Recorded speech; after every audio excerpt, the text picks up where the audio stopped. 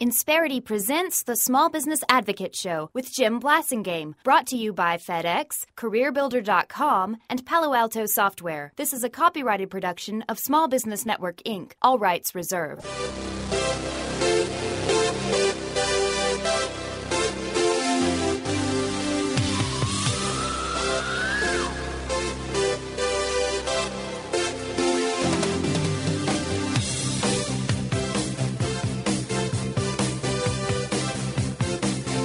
We're back. It's 12 after the hour. Thank you very much for staying with me. I'm Jim Blasingame, and you're listening to the Small Business Advocate Show. I'm glad you're here. I'm glad Ellen Rohr is here, too, folks. Ellen is a new friend, and she is a real business owner just like you. She also happens to be an author, including books titled Where Did the Money Go? Does that sound familiar, folks? And her new book is called The Bare Bones Weekend Biz Planner. She is a business owner. She has been to the abyss. She's looked over the edge. She almost fell in, but she pulled herself back and turned her company around. And those are the people you want to listen to. Ellen Rohr, welcome to the show. Hey, how are you? I'm doing great. It's good to have you on the show. I'm so excited. Well, I'm glad you are, and let's have some fun. I want you to tell the audience about your experience when you took your company to the brink of disaster.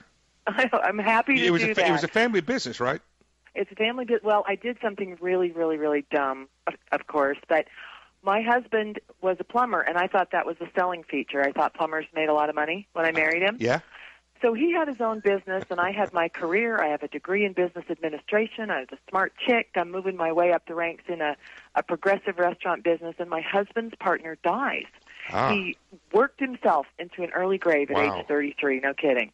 Wow. So then I turned to my husband, and I say, I tell you what, you turn wrenches, I'll quit my real job, I'll come work for you. And I thought we'd just roll in the dough, right? Mm-hmm. And how could you lose, right? Yeah, how could we lose? Here I am. I know all this stuff. I have all this book knowledge. And I nearly sank the family business. And one of the traps that sink small businesses, really one of the myths, and I know you're a myth debunker yourself, but one of the myths is that the other guys have any clue as to what they're doing. So don't follow your competition like I did right off the cliff. The crappy selling prices that don't get you anywhere, et cetera. Right. So I'm going over the edge, and I met a mentor. This is one of my favorite tips. I met a mentor. I met him in the pages of a trade magazine. Every industry has trade magazines. Mm-hmm. Well, stop, Ellen. Okay. Ladies and gentlemen, how many times have I told you to follow your industry publications, go to your industry gatherings, your industry trade group gatherings? This is where you learn about stuff. Go ahead, Ellen. Yes, and some people know what's going on, and you've got to be selective. Other people are telling you why it can't be done, how the economy is going to sink everything, whatever. Well, this fellow was an industry leader. He wrote a column in a magazine about how much a contractor should charge. I read the article and decided that he didn't understand how cheap my customers were. He didn't understand my market area. So I wrote this guy a letter. And he called me up one day. I'm trying to get the plumbers out the door, and I've got a baby in my arms, and I'm pulling my hair out. And he calls up and he tells me, first words he tells me, Jim, where my head is, and it was a dark place. I'm not making this up. And he's the guy who kind of grabbed me from the edge of the abyss and said, you could shut this business down and you could be better off, or you could figure out some basics, like how to charge more than it costs, how to put a little business plan together. Right. He's the one who saved me. Wow. So a shout out to Frank Blau. He's I've had a lot of great mentors, but he's my best. Frank Blau. Frank Blau. He is just a character. Well, I'm glad that he cared enough about people, because he didn't know you at first. So he obviously had the level of agape love to care about people, to actually pick up the phone and call you.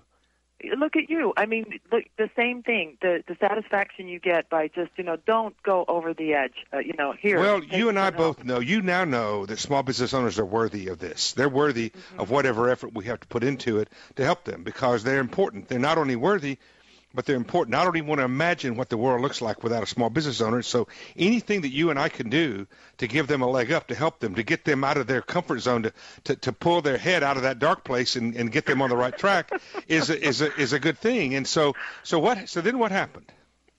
Well, so then for me, the point of change was I was so sick and tired of being broke. You know, what's the expression? I don't know who said this first, but when the pain of the current condition becomes greater than the fear of change, right, you'll change. Exactly. Now, some people change because of, you know, something bright and shiny that they want. For me, the change came from I could not continue to fight with my husband, to go into debt, all the horrible things that small business can be if you don't have a clue. And there's so much toxic stuff going on around you right now, inside, outside, everything, right?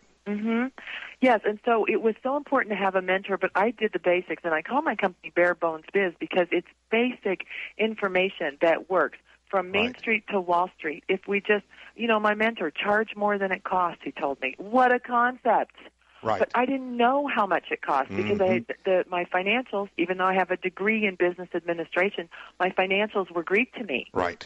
So I had to sit elbow to elbow. I have found, as I have gone to colleges and spoken to you know, graduates with business degree graduates, when I talk to them about a financial spreadsheet, a cash flow spreadsheet, they don't know what I'm talking about.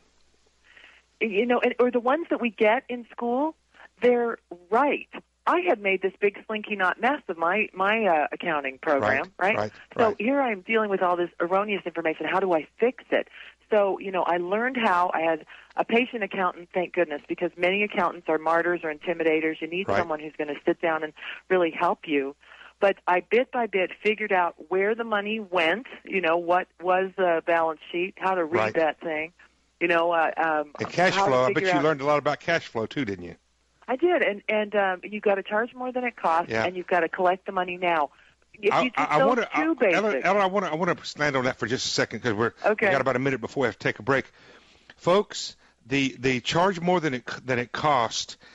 You've got to charge enough to keep your business open, and if you think that's too much, either you're not selling it right or you got the wrong customers. Or you got to look at your expenses, but you have to do that. And the other thing, Ellen, that I want to get you to comment on quickly, I've been saying for a long time now, the price war is, if you're a small business owner, the price war is over and you lost. That's right. That's right. Walmart won. Yes. And aren't you supposed to write that on a rock? I saw that on your website. Don't fight that war. It's over. And the other thing is you don't have to have the phone book.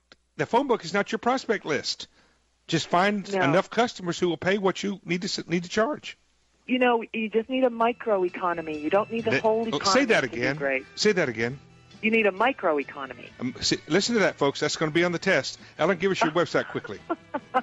BareBonesBiz.com. And the new book is called The Bare Bones Weekend Biz Plan, out just now, 20 after, right back with our new friend, Ellen Rohr. I told you we'd get smarter when Ellen joined us.